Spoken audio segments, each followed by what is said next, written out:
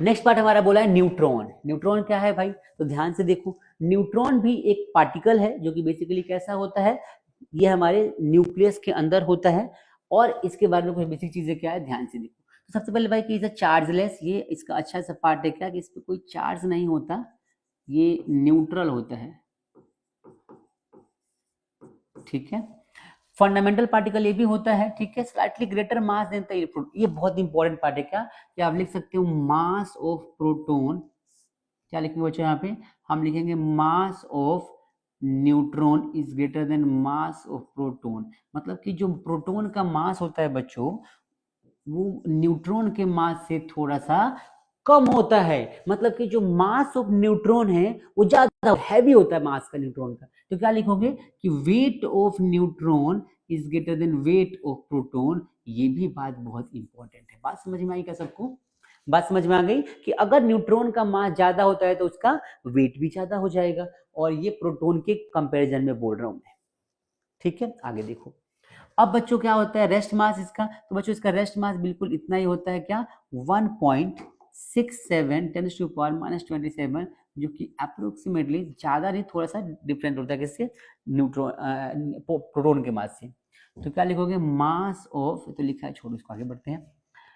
अच्छा, इसमें सबसे इंपॉर्टेंट चीज क्या है कि in spite of being neutral, ये न्यूट्रल होता है, इसके बाद भी neutron also possesses the magnetic momentum produce करता है। बच्चों इस पे क्वेश्चन बनता है, इसको ध्यान से समझना, ये पार्ट थोड़ा सा इंपॉर्टेंट है।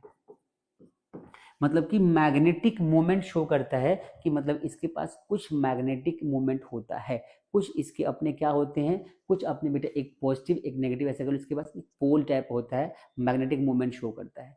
अब बोलोगे सर ये कहाँ से आया, तो बच्चों आता है, पता है क्या होता है, ध्यान से सुनो। एक न्यूट्रॉन मेरे पास है, ठीक है, तो न्यूट्रॉन कैसे बनता है, इलेक्ट्रॉन प्रोटॉन के मिलने से बनता है। जब इलेक्ट्रॉन प्रोटॉन आपस में मिलते हैं ना तो न्यूट्रॉन बन जाता है, और जब न्यूट्रॉन टूटता है तो इलेक्ट्रॉन प्रोटॉन उसमें से बाहर निकलते हैं। आई बात समझ में?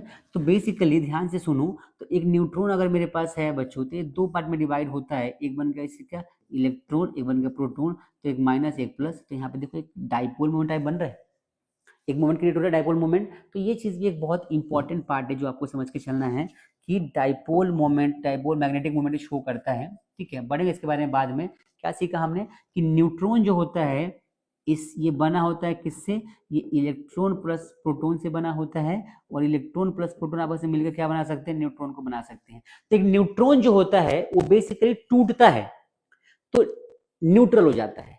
देखो न्यूट्रल है पहले, तो इसके अंदर कुछ तो ऐसा होगा जो इसके, अगर मान लो कि हर एक बॉडी न्यूट्रल होती है, इसका मतलब उसके अंदर कुछ नेगेटिव पार्ट होगा, कुछ पॉजिटिव पार्ट होगा। कोई भी अगर एक बॉडी न्यूट्रल है, इसका मतलब क्या हो गया कि उसमें कुछ नेगेटिव चार्ज होगा और कुछ पॉजिटिव चार्ज होगा।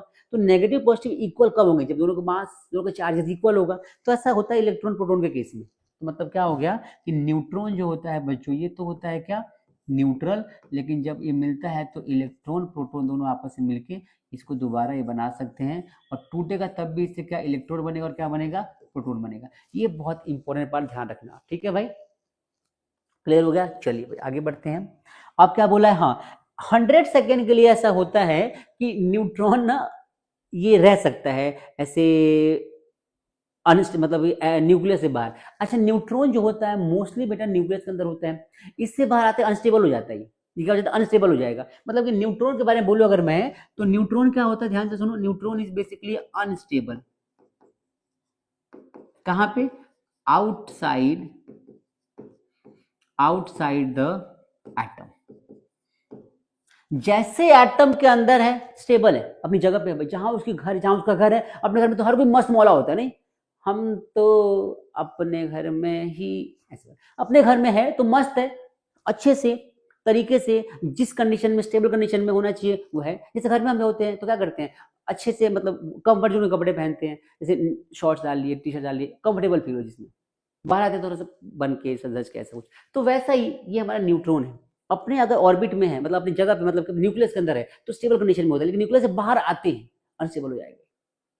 अनस्टेबल हो जाएगा, क्या हो जाएगा, जब अनस्टेबल होगा तो अपने आप को ब्रेक करेगा न्यूट्रॉन, इलेक्ट्रॉन और प्रोटॉन के अंदर, ठीक है भाई। तो ये इसके बारे में से आगे पूरी इसकी डिस्कवरी पढ़ेंगे, वहां समझ में आएगा कि क्या क्या चीज इसके बारे में है। बट शॉर्ट में समझ लो क्या कि न्यूट्रॉन बेसिकली अनस्टेबल होता है, और ये अबाउट 100 सेकेंड्स के लिए बेसिकली रह सकता है बाहर, उसके बाद टूट जाएगा। ठीक है, तो it can only exist about 100 second. आई बात समझ में? इसकी डिस्कवरी जेम्स चैडविक ने करी थी बच्चों। किसने करी थी? जेम्स चैडविक ने करी थी। तो जो ये हमारा क्या है, ये हमारा जो इलेक्ट्रॉन है, मतलब न्यूट्रॉन है, इसकी डिस्कवरी जेम्स चैडविक ने करी थी, और प्रोटॉन करी थी रदरफोर्ड ने। किसने करी थी? रदरफोर्ड ने। कहाँ गया भाई? तो प्रोटॉन के बारे में लिखा है क्या? हाँ, रदरफोर्ड लिखा ना। अर्नेस्ट रदरफोर्ड ने बेटा इसकी डिस्कवरी करी थी 1917 के अंदर। तो कई बार बेसिक टॉपिक्स पे क्वेश्चन आते हैं, डिटेल नॉलेज आपको दे रहा हूँ मैं, याद रखना। ये पूरे नोट्स बहुत डिटेल में है, तो आपको कॉन्सेप्ट को अच्छे से क्लियर है, हर एक टॉपिक को समझना है और साथ साथ नोट्स बनाना है। जब भी आप क्लास के लिए बैठो तो प्लीज, आप 12th क्लास के बच्चे हैं, सुन के इतना नहीं समझ पाएंगे जितना आपको समझ में आना चाहिए। तो क्या जरूरी चीजें हैं कि जब भी बैठो आप नोटबुक, पेन अच्छे से लेकर बैठो, और अच्छे से थोड़ा सा पॉज करो, नोट करो। हर एक चीज इंपॉर्टेंट है। कुछ बातें हम बोलते हैं वो भी बहुत इंपॉर्टेंट है। कुछ नोट्स आपको यहाँ मिल जाएंगे, यहाँ पे आपको 80% मिलता है, 20% हम बोल के समझाते हैं। सारी चीजें बहुत इंपॉर्टेंट है। ठीक है भाई, आई बात समझ में? तो